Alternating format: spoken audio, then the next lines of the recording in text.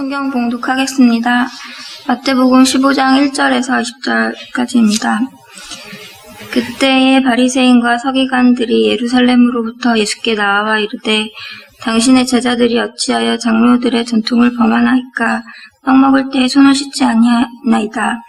대답하여 이르시되 너희는 어찌하여 너희의 전통으로 하나님의 계명을 범하느냐?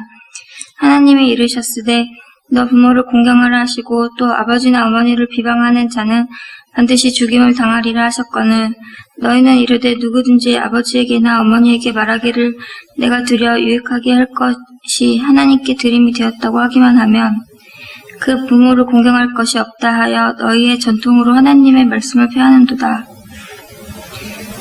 외식하는 자들아, 이사야가 너희에 관하여 잘 예언하였도다. 일렀으되 이 백성이 입술로는 나를 공경하되 마음은 내게서 멀도다. 사람의 계명으로 교훈을 삼아 가르치니 나를 헛되이 경배하는도다 하였느니라 하시고 우리를 불러 이르시되 듣고 깨달으라. 입으로 들어가는 것이 사람을 더럽게 하는 것이 아니라 입에서 나오는 그것이 사람을 더럽게 하는 것이니라. 이에 제자들이 나와 이르되 바리새인들이 이 말씀을 듣고 걸림이 된 줄 아시나이까?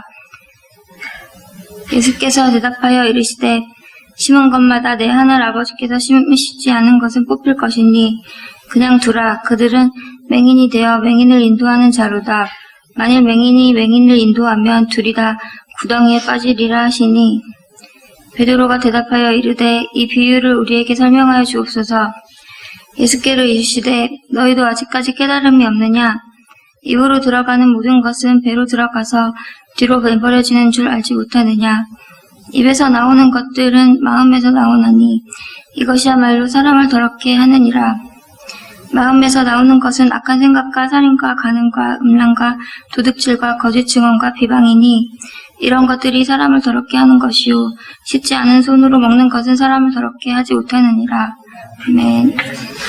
마태복음 강의 96번째 시간입니다. 오늘은 마태복음 15장 1절부터 20절의 말씀을 가지고 걸림돌이라는 제목으로 함께 나누기를 원합니다. 부제목은 너희의 전통으로입니다. 한국에는 저희가 어렸을 때 미운 7살이라는 이야기가 있었잖아요. 요즘에는 미운 7살이 아니라 미운 3살부터 4살, 5살, 6살, 7살 심지어 미운 30살 제가 50인데 미운 50살까지 초등학교 1, 2학년 때 학교 마치면은 책가방 집에 던져놓고 친구들하고 나가서 전쟁놀이를 하고 어떨 때는 오징어, 그 다음에 38선, 그 다음에 비서 가시나요? 깽깽이로 가서 비서, 그 다음에 짬뽕 이런 거 아시나요? 이런 놀이를 하고 했습니다. 그러다가 그 놀이들이 재미가 없어지면 미운 7살 놀이를 하는데요. 이 미운 7살 놀이라는 것이 이런 겁니다. 동네 여학생들이 여자애들이 재밌게 고무줄을 놀고 있으면 면도칼을 가지고 가서 어떻게 하죠? 고무줄을 딱 끊는 그런 거. 미운 7살, 그죠? 공기놀이 열심히 여자친구들이 하고 있으면 어떡하죠? 모르는 척 그 위를 그냥 밟고 지나가 버리고 그리고 공기가 흩어지는 그런 거. 치마 입은 여학생을 보면 아이스케키 하면서 치마를 들어올리는 거. 요새 같으면 성희롱입니다. 좀. 남의 집 초인종 누르고 맞게 달아나기 이런 것들. 그 다음에 척간 신문이 오면 그 신문을 이 집과 이 집 걸 바꿔놓는 거 이런 것들. 그 중에 하나가 어떤 거였냐면 길 한복판이나 운동장 한복판에 큰 돌멩이 갖다 놓는 겁니다. 그러면은 지나가는 사람이 걸려서 넘어지더라고요. 그때 저는 그때까지는 모범생이어서요. 이런 나쁜 짓들을 하는 친구들과 어울려야 되는지 말아야 되는지를 고민하면서 항상 어정쩡한 자세로 서 있었습니다. 그때까지는 모범생이라서. 오늘 설교는요. 예수님께서 이 미운 7살 놀이를 하십니다. 미운 7살 놀이를 하시는데요. 목사님 어떻게 예수님한테 그런 불경스러운 죄스러운 말씀을 하실 수가 있습니까? 라고 물어보실지 모르는데요. 오늘 성경 본문에 걸리다라고 이야기되어져 있는 그 단어는 앞을 못 보는 시각장애인 앞에 돌을 놓아서 물건을 갖다 놔서 걸려 넘어지게 하는 그 단어입니다. 미운 7살 놀이가 맞죠? 앞을 안 보는 못 보는 시각장애인이 있으면 어떻게 해야 됩니까? 손을 잡아주고 같이 걸어가야 되는 게 맞는 거죠. 거기 위험하니까 그쪽으로 가지 마시고 이쪽으로 가세요라고 이야기 정도는 해줘야 되는 게 맞는 거죠. 근데 예수님은 지금 어떻게 하냐면 그들 앞에 걸려 넘어지는 돌을 올려놓으십니다. 오늘은 이 걸림돌에 대한 이야기를 함께 나누기를 원합니다. 오늘 본문에 대한 일반적인 해석은 이렇습니다. 외적인 정결과 내적인 정결을 대조시키며 하나님이 기뻐하시는 정결은 외적인 정결이 아니라 내적인, 내면적인 마음의 정결이다. 이렇게 해석을 합니다. 마음에 없는 공경, 하나님에 대한 공경, 부모님에 대한 공경 이런 것들은 무의미하다. 모든 형태의 율법주의에 대한 경고문이다. 이렇게 해석들을 하죠. 이게 맞는 말입니다. 하지만 조금 그 깊이가 낮고요, 얕고요. 오늘 본문에서는 그 이면 행간을 보면 좀 더 깊은 뜻들이 들어가 있습니다. 오늘은 1절부터 20절까지인데 1절부터 9절까지가 예수님하고 바리새인하고 등장해서 대화를 나누는 장면이고요. 10절과 11절은 예수님이 무리들을 오라고 하시고 무리들에게 말씀하시는 것이고 11절부터 20절까지는 예수님과 제자들 간의 대화입니다. 오늘 본문을 읽고 제가 주목했던 구절이 12절입니다.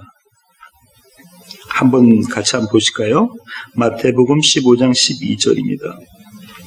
이에 제자들이 나와 이르되 바리새인들이 이 말씀을 듣고 걸림돌이 된 줄 아시나이까? 제자들이 스승인 예수님에게 불만을 표현하죠. 마치 이러는 겁니다. 선생님 도대체 이게 무슨 행동이십니까? 이렇게 이야기하고 있는 거예요. 우리 개역 개정 번역은 조금 그 실감이 안 나는데요. 새 번역은 이렇게 번역하고 있습니다. 바리새파 사람들이 이 말씀을 듣고 붕괴하고 있다는 것을 아십니까? 공동 번역은 이렇게 이야기하고 있습니다. 바리사이파 사람들이 지금 하신 말씀을 듣고 비위가 상한 것을 아십니까? 쉬운 성경은요. 바리새파 사람들이 이 말씀을 듣고 감정이 상한 것을 아십니까? 어떤 뉘앙스인 줄 아시겠죠? 바리새파 사람들이 이 말씀을 듣고 심히 화가 났다는 거죠. 마음이 너무 상했다는 거죠. 그런 번역입니다. 제자들은 도대체 어떤 마음을 가지고 이 말씀을 스승에게 할 수 있을까? 그런 생각들을 해봤는데요. 마치 이런 거 아닐까요? 예수님, 한 표라도 더 얻어서 예루살렘에 입성하셔가지고 예수님이 메시아라는 것을 천명하시고 다윗과 솔로몬의 영화를 누리는 나라를 세워야 되지 않겠습니까? 한 표라도 더 얻으셔야 되는데 그렇게 모든 이스라엘의 지지를 받으셔야 되는데 지금 예수님께서는 우리가 존경해 마지 않는 바리새인과 서기관들에게 걸림돌이 되게 하셔서 그들의 마음에 분노를 갖게 하시니 도대체 말이 안 되는 거 아닙니까? 예수님, 정치 좀 하실 줄 아십니까? 이렇게 물어보는 거 아닐까요? 도대체 주님은 어쩌시려고 이런 행동들을 하셨습니까? 아니 산헤드린 공의회에서 이 일 때문에 붙잡혀가서 고난 당하시면 어떻게 하시려고 이런 행동을 하시고 이런 말씀을 하셨습니까? 라고 지금 따지듯이 묻고 있다고. 제자들이 생각하고 있는 하나님 나라, 제자들이 생각하고 있는 예루살렘, 제자들이 생각하는 천국의 개념이 여기에 들어가 있죠. 그것 때문에 따지고 있는 거예요. 제자들의 결론은 뭡니까?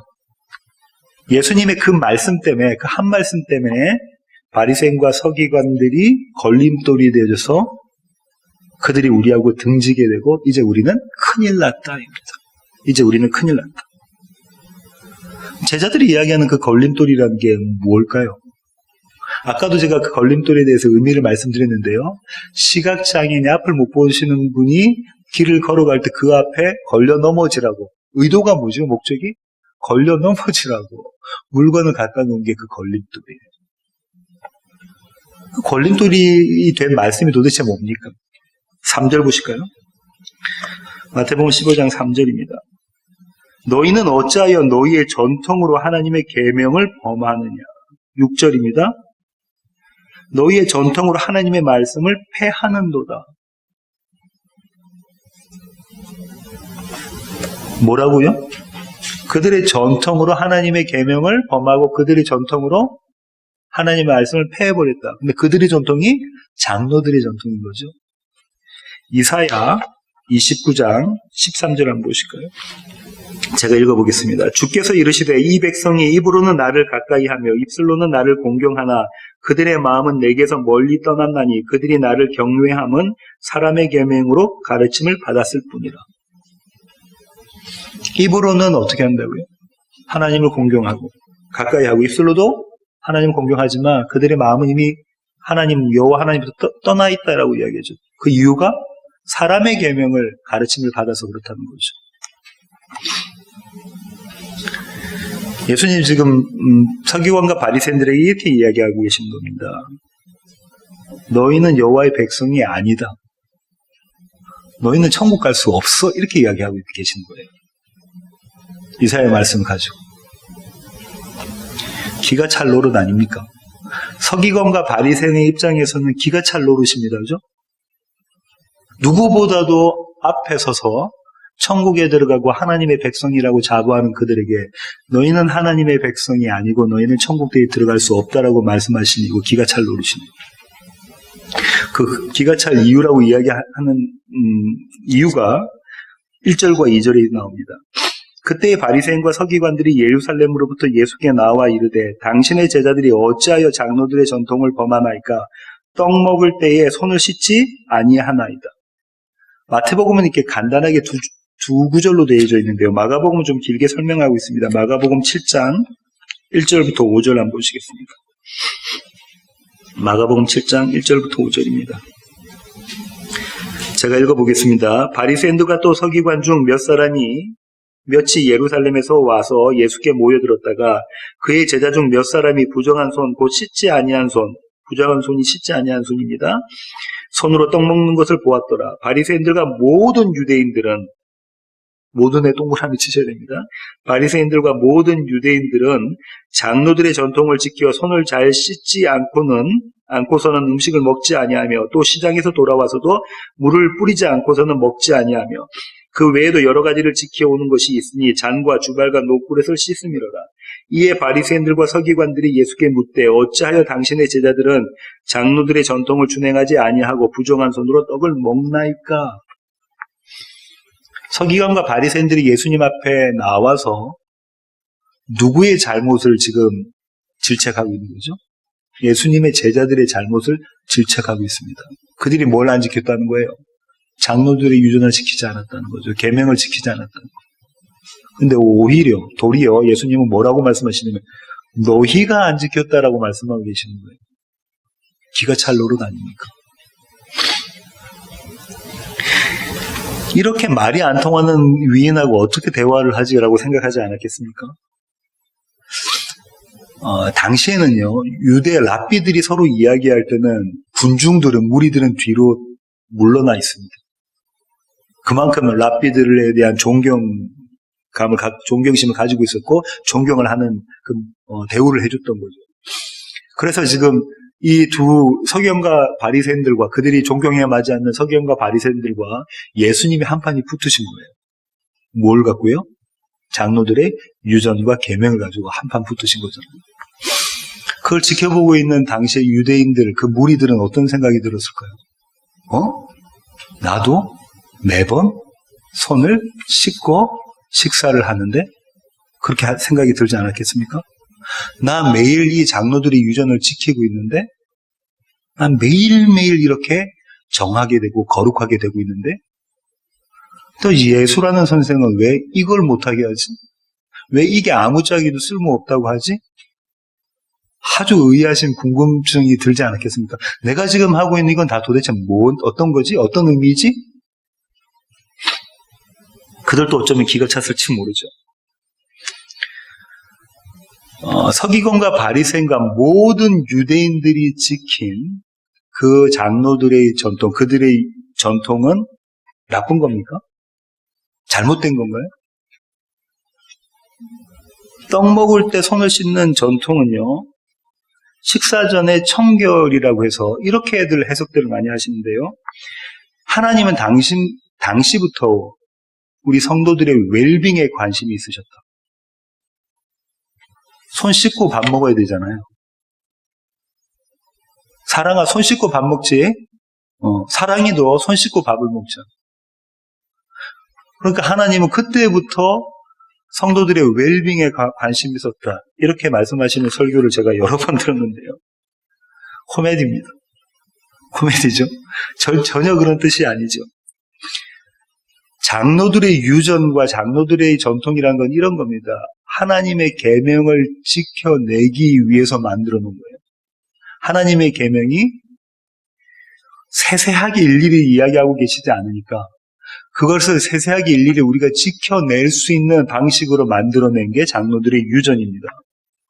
무심코 우리가 잘못하다가 하나님의 율법을 범하는 일, 하나님의 계명을 지키지 못하는 일이 없도록 만들어내기 위한 거예요. 잘못됐나요? 이 장로들의 유전이 잘못됐습니까, 그럼? 죄 지을 거를 미리 막는 건데 이게 잘못됐냐고. 식사할 때 부정하지 않게 하려면 어떻게 해야 되지? 라고 고민하지 않았겠어요? 이 장로들이. 이들에게는 부정과 정함이라는 건 어떤 의미냐? 아주 대단한 의미를 가지고 있습니다. 대단한 의미를 가지고 있는데요. 하나님이 이들에게 이스라엘을 뭐라고 말씀하셨냐면 너희는 제사장 나라고 거룩한 백성이다라고 말씀하셨잖아요. 이 정체성, 이 아이덴티티를 갖고 있는 민족이 이스라엘입니다. 그런 나라가 이스라엘인 거예요. 그러면 그들이 정결해지는 것에 관해서 아주 관심을 가지고 어쩌면 노이로제까지 걸렸을지도 몰라요. 가장 정결한 곳이 어디입니까? 성전이죠. 예, 지성소죠. 그 성전에 일하러 들어가는 제사장들은 어떻게 해야 되죠? 물두덩이에 손을 씻어야 됩니다. 출애굽기 30장 한번 보실까요? 출애굽기 30장 보시겠습니다. 17절부터 21절까지 한번 보시겠습니다. 출애굽기 30장 17절부터 21절입니다. 여호와께서 모세에게 말씀하여 이르시되 너는 물두멍을 노수로 만들고 그 받침도 노수로 만들어 씻게 하되 그것을 회막과 제단 사이에 두고 그 속에 물을 담으라. 아론과 그의 아들들이 그 두멍에서 수족을 씻되 그들이 회막에 들어갈 때에 물로 씻어 죽기를 면할 것이요 제단에 가까이 가서 그 직분을 행하여 여호와 앞에 화제를 살을 때에도 그리할지니라. 이와 같이 그들이 그 수족을 씻어 죽기를 면할지니 이는 그와 그의 자손 대대로 영원히 지킬 규례니라. 제사장의 역할은 뭡니까? 제사 지내는 겁니다. 그 제사라는 게 뭐죠? 그 제사라는 게 뭡니까? 예. 자신의 백성들을 하나님 앞에서 거룩하고 흠이 없게 만드는 거죠. 하나님과 화목하게 만드는 겁니다. 그 직분을 가진 자들은 어떻게 하라고 그러죠? 물두멍에다가 손을 씻거라. 그걸 안 씻으면 어떻게 된다고 그랬죠? 죽는다라고. 무지막지한 하나님 아닙니까? 손 안 씻었다고 죽이시는 하나님이라니까. 그렇다면 이런 법을 받았던 이스라엘 사람들은 매 순간, 매 시간, 매 행위마다 자기들 행동들마다 정한 것, 부정한 것에 대해서 노이로제가 걸릴 정도로 관심이 있지 않았겠습니까? 내가 정해야지. 나는 제사장 나라의 민족이고 하나님의 백성인데 내가 정해야지. 부정해서는 안 되지. 먹는 거 다 가리죠. 모든 날짜들 다 가리죠. 지난번에 말씀드린 것처럼 월경하고 있는 아내가 있으면 그 아내가 앉았던 의자에도 앉지 못하죠. 그래서 그때의 그 여자들은 다 어떻게 해요? 집 밖에 나가서 움막 같은 데서 월경 기간 동안 지내야 될 정도예요. 그렇게 나의 정함을 신경 썼던 사람들입니다. 그들에게 정함은 어떤 거냐면요. 유대 남자들에게 정함은 내가 성전에 들어갈 수 있다는 권리예요. 부정한 자는 성전에 못 들어가니까. 정한 자만 성전에 들어가야 됩니다. 성전에 들어간다는 것은 어떤 의미냐면요. 내가 하나님 앞에 설 수 있다는 겁니다. 나는 하나님 앞에 설 수 있는 떳떳한 자야를 이야기하고 있는 게 정함입니다. 그래서 그들은요, 길을 쓰고 정하게 되려고, 정결하게 되려고 노력을 했습니다. 그들에게 정결은 죽느냐 사느냐의 문제예요. 우리가 지금 이 텍스트로 되어 있는 성경을 보고 저거 손 씻는 거 뭐 이 정도가 아니고요. 죽느냐 사느냐의 문제입니다. 내가 하나님 나라의 백성이냐 아니냐, 내가 이스라엘이냐 참 이스라엘이냐 아니냐, 성전에 들어갈 수 있느냐 없느냐의 이야기라는 거예요. 그 정도가 정함입니다. 부정함, 정결. 그런데 이 정결을 지키기 위해서 장로들이 유전을 만들고 장로들이 전통을 만들었어요. 그게 나쁩니까? 그게 잘못됐습니까? 주님은 그게 잘못됐다고 하시고 계신 거예요. 당시 그 자리에 모였던 모든 사람들이 머리가 뒤죽박죽이 됩니다. 그게 잘못됐다고 하니까. 자기들이 생명처럼 가졌던 그게 잘못됐다고 하니까. 그들이 계명을 어겼다고 예수님께서 제시한 예가 있는데요. 오늘 본문의 4절입니다. 하나님이 이르셨으되 내 부모를 공경하라 하시고 또 아버지나 어머니를 비방하는 자는 반드시 죽임을 당하리라 하셨거늘. 출애굽기 20장 12절 한번 보실까요? 십계명 중에 있는 거죠. 내 부모를 공경하라. 그리하면 내 하나님 여호와가 내게 준 땅에서 내 생명이 길리라. 그 다음 장 21장 17절. 자기의 아버지나 어머니를 저주하는 자는 반드시 죽일지니라. 이 두 구절을 지금 가지고 오셔가지고 말씀하고 계십니다. 하나님은 이런 계명을 주셨다. 부모를 공경해. 그리고 부모에게 저주하는 자, 부모에게 불순종하는 자는 어떻게 한다고요? 쳐 죽여라. 이런 계명을 주셨다는 거죠. 그런데 너희는 어떻게 하는지 아니 전통을 가지고 하고 말씀하시는 거예요. 5절 보실까요? 너희는 이르되 누구든지 아버지에게나 어머니에게 말하기를 내가 드려 유익하게 할 것이 하나님께 드림이 되었다고 하기만 하면 그 부모를 공경할 것이 없다 하여 너희의 전통으로 하나님의 말씀을 폐하는도다. 마가복음으로 다시 가겠습니다. 마가복음 7장입니다. 8절부터 13절입니다. 마가복음 7장 8절부터 13절입니다. 너희가 하나님의 계명은 버리고 사람의 전통을 지키느니라. 또 이르시되 너희가 너희 전통을 지키려고 하나님의 계명을 잘 저버리는도다. 모세는 내 부모를 공경하라 하고 또 아버지나 어머니를 모욕하는 자는 죽임을 당하리라 하였거늘 너희는 이르되 사람이 아버지에게나 어머니에게나 말하기를 내가 드려 유익하게 할 것이 고르반 곧 하나님께 드림이 되었다고 하기만 하면 그만이라 하고 자기의 아버지나 어머니에게 다시 아무것도 하여 드리기를 허락하지 아니하여 너희가 전한 전통으로 하나님의 말씀을 폐하며 또 이 같은 일을 많이 행하느니라 하시고. 고르반이라는 얘기가 나오고 있잖아요. 대부분의 신학자들은 이 구절을 어떻게 해석하냐면 이렇게 해석합니다. 사전식으로 이걸 지금 해석하는 거예요. 문자적으로만. 행간이 아니라 표면적으로만 해석하면 이렇습니다. 집안에 내가 아주 귀하게 여기는 건데 그게 우리 아버지 어머니에게 드려야 될 겁니다.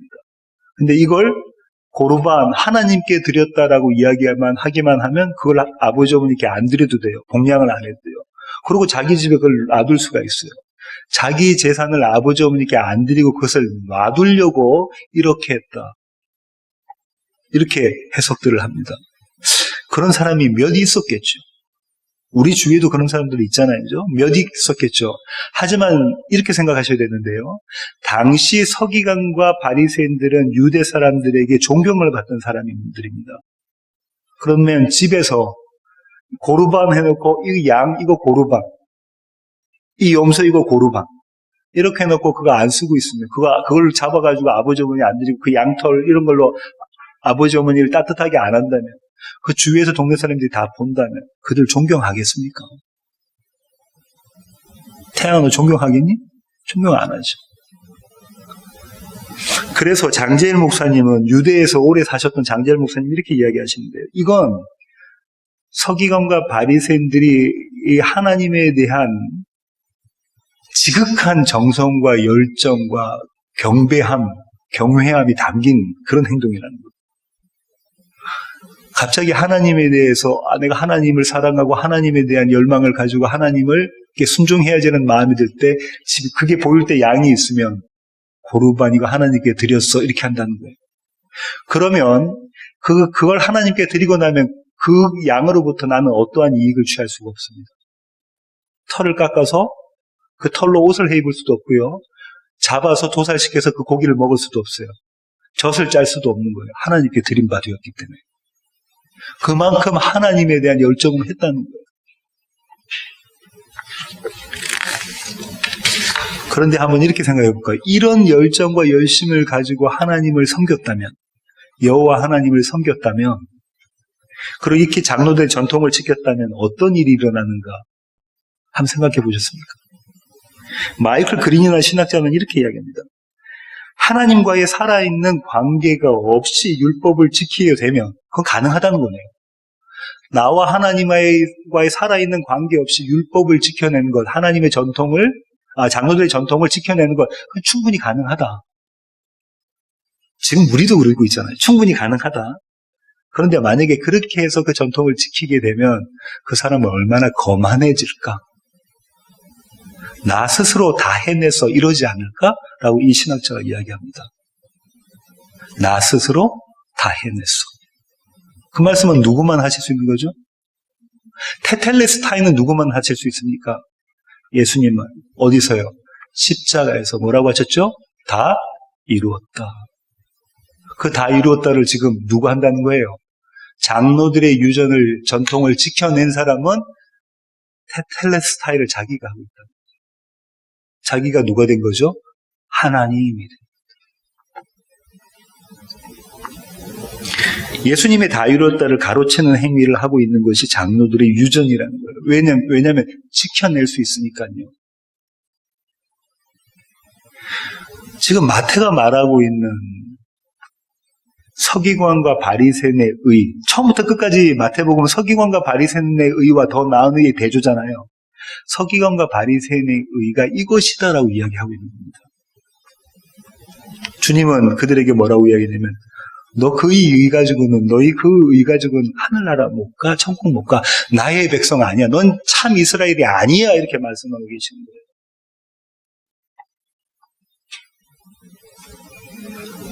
다시 장면을 설교의 맨 앞으로 돌려서요. 제자들이 지금 예수님에게 불만에 쌓인 이야기를 했잖아요. 뭐라고요? 선생님 말씀 때문에 서기관과 바리새인들, 엄청난 힘을 가지고 있는 서기관과 바리새인들이 우리와 대척점에 서게 됐습니다. 그들이 걸려 넘어졌다고요. 이제 어떻게 하실 겁니까? 라고 제자들이 물어봤잖아요.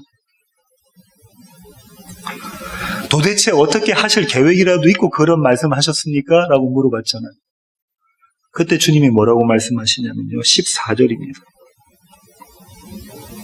그냥 두라. 뭐라고 말씀하시죠? 그냥 두라. 그냥 내버려둬. 그냥 내버려두라고 하시죠? 예수님은 뭐라고 말씀하시면 농부의 손에 맡긴 바 되었다라고 말씀하고 계십니다. 13절 보실까요? 심은 것마다 내 하늘 아버지께서 심으시지 않은 것은 뽑힐 것이니, 하늘 아버지께서 심은 것들은 그대로 있고 심지 않으신 것은 그냥 뽑힐 것이다. 그러니까 그대로 내버려둬. 뭐죠? 알곡과 쭉정이에 대한 얘기고 또 뭐죠? 네. 좋은 씨에서 나는 그 열매와 또 가라지 얘기 지금 하고 계시는 거죠. 앞서 저희는 여러 차례 이 농부에 대해서 같이 이야기를 나눴습니다. 이 농부는 어떤 농부입니까?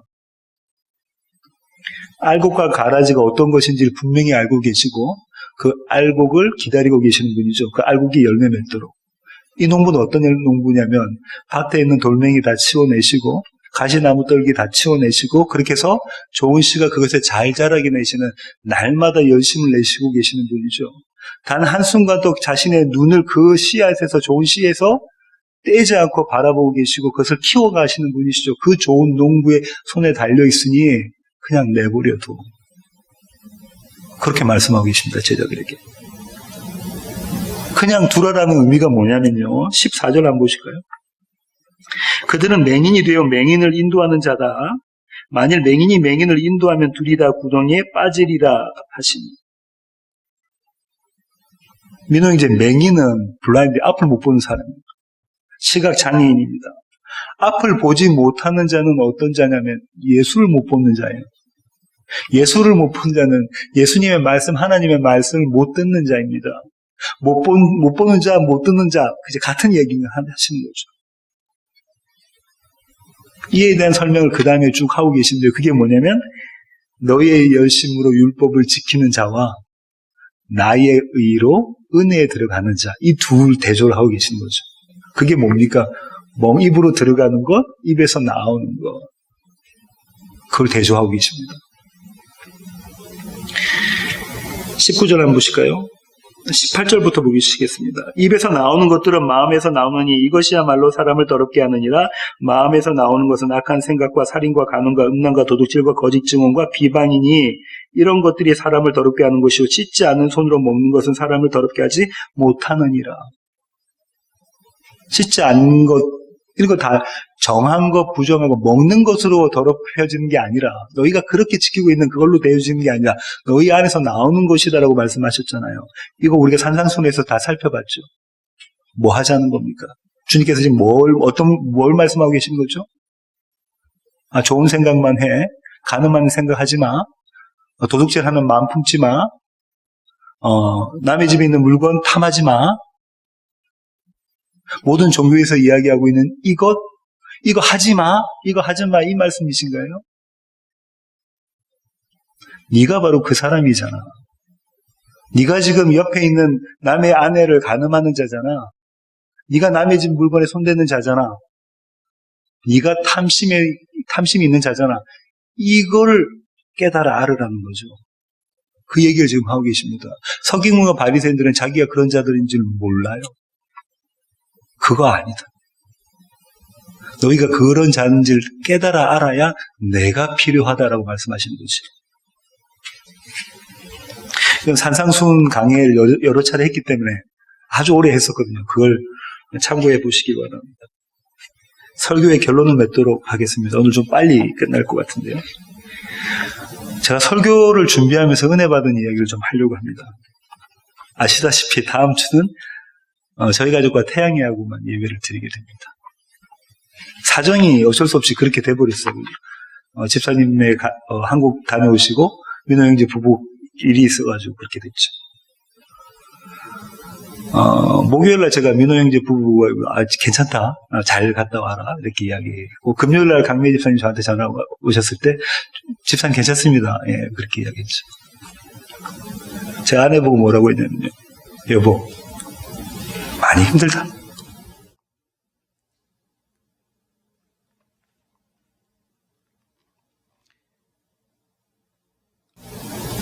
힘이 듭니다.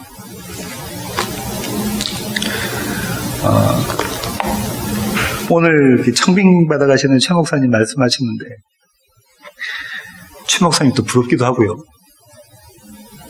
시애틀에 가 계시는 김영수 목사님 잘 사역하시고 그게 부럽기도 해요. 설교를 준비하면서요. 주님 도대체 이게 뭡니까? 이제 제가 8년째입니다. 주님 걸림돌이 되신 거 주님 아십니까? 제자들의 불만 섞인 마음이 제 마음이에요.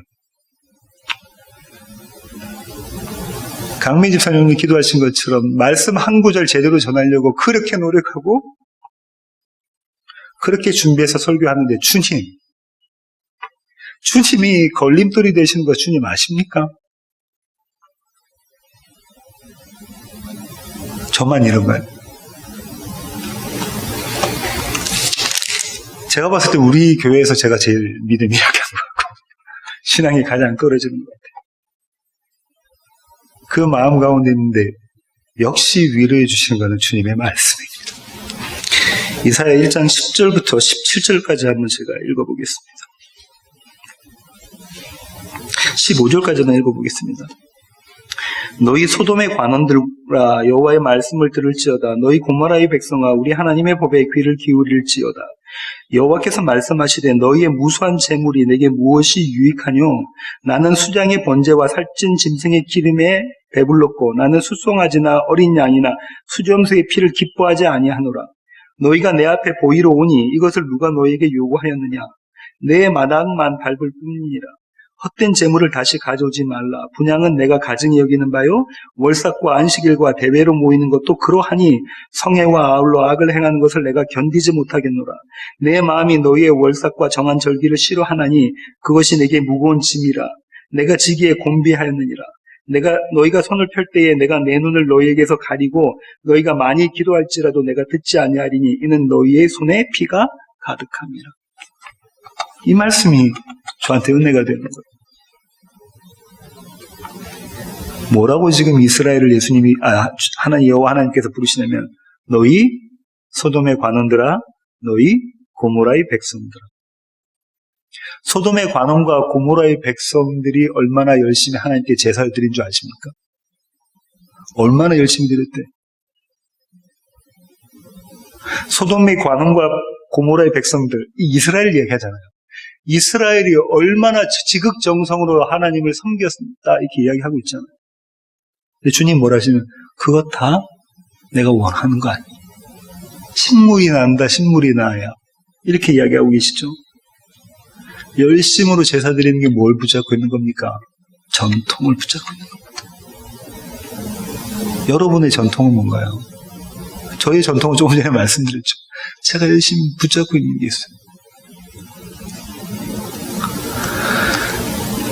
주님께서요, 이런 자들일 것 같으면 당신의 마음에 전혀 정반대로 걷고 있는, 이렇게 가 하는데 그 정반대로 걷고 있는 이스라엘을 보면 주님께서 어떻게 하셔야 되냐면, 만약 저와 여러분 같으면 쳐 죽이시거나 그대로 내버려 두셔야 되죠.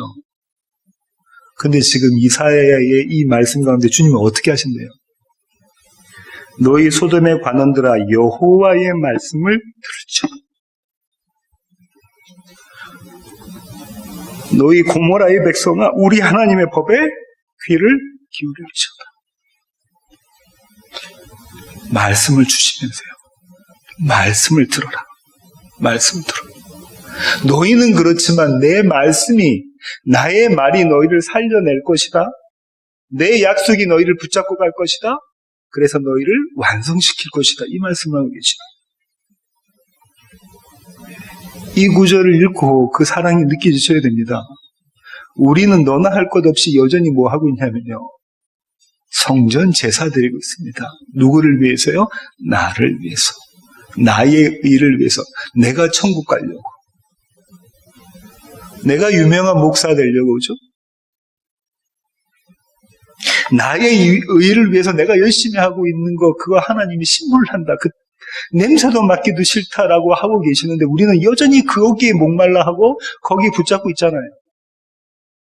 그 전통 붙잡고 있습니다. 서기관과 바리새인들처럼. 여전히 나의 의로 살려고 하고 있죠. 근데 주님은 그런 나를, 그런 우리를 내버려 두지 않으시고요. 너희가 어떤 자인 줄 아니? 소돔이야. 너희가 어떤 자인 줄 아니? 고모라야. 그렇지만 내가 나의 말씀을, 나의 이 말을 너에게 준다. 나의 약속 너에게 준다. 이 구절을 읽는데 어제 막 눈물이 쏟아지는 거예요.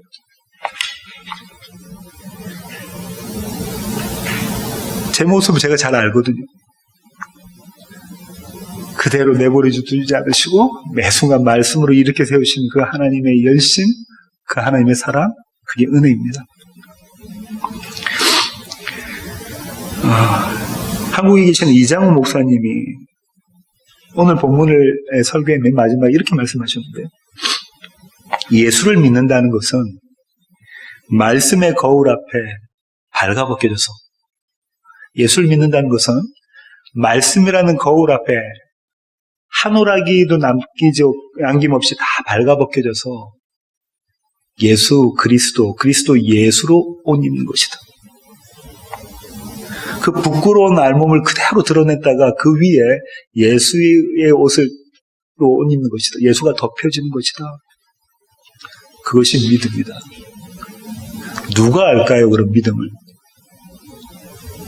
나의 벌거벗음을 본 자가 아는 겁니다. 나와 여러분은 이 저와 여러분이 이 전통을 붙잡고 계시지 말고 이렇게 예수로 옷 입혀지는 믿음, 하나님의 말씀이라는 거울 앞에 선 그런 교회 공동체가 되기를 원합니다. 기도하시겠습니다. 주님, 그렇습니다. 하나님, 우리는 우리의 전통을 붙잡고 있습니다. 주님, 우리는 그걸 놓지 못하고 있습니다. 때로는 그것이 교회를 위한 사역, 목회, 선교 여러 가지의 모습일 수도 있습니다. 하나님, 그 가운데 우리가 분명히 붙잡아야 될 것은 하나님께서 진정으로 원하시는 예수 그리스도라는 사실을 놓치지 않게 하여 주시옵소서. 나의 나됨을 보고 하나님의 됨을 볼 수 있는 우리들이 될 수 있도록 주님 붙잡아 주시고, 그런 눈과 귀를 가진 자들 될 수 있도록 하나님 인도하여 주시옵소서.